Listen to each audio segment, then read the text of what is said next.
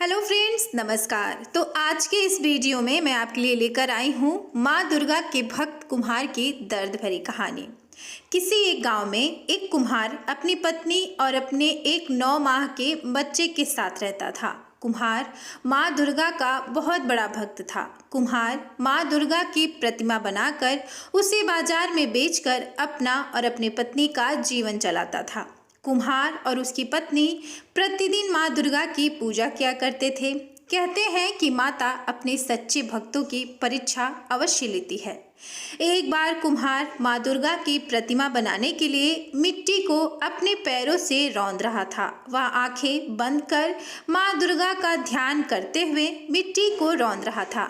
कुम्हार की पत्नी खाना बनाने में व्यस्त थी। वह अपने बच्चे को बाहर चारपाई पर सुलाई हुई थी। अचानक बच्चे की नींद खुल गई। वह बच्चा खेलते खेलते वहां आ गया जहां पर उसके पिता कुम्हार माता दुर्गा के ध्यान में मग्न होकर अपने पैरों से मिट्टी को रौंद रहे थे। अचानक कुम्हार का बेटा उसके पैरों के नीचे आ गया और कुम्हार ने अपने बच्चे को भी अपने पैरों से मिट्टी के साथ ही रौंद दिया। कुम्हार का पैर और मिट्टी खून से रंग गए। अचानक जब बच्चे की माँ खाना पकाकर जब बाहर अपने बच्चे को देखने आई तब उसका बच्चा चारपाई पर न मिला। अतः वह अपने पति के पास पहुंची जहां पर वह मिट्टी को रौंद रहा था। अचानक उसका ध्यान कुम्हार के पैरों पर गया।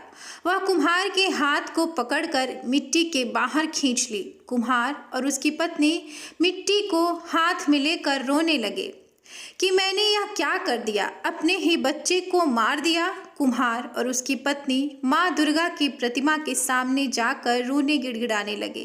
कुम्हार बोला कि माता, मैं तो आपके ध्यान में था। यदि हमारा बच्चा हमें न मिला तो हम दोनों अपनी जान दे देंगे। माँ दुर्गा दोनों की प्रार्थना सुनकर प्रकट हुई। उसी मिट्टी में एक कुम्हार के बच्चे के जैसा एक पुतला तैयार हुआ। माता रानी ने अपनी शक्ति से उस पुतले में प्राण डाल दिए।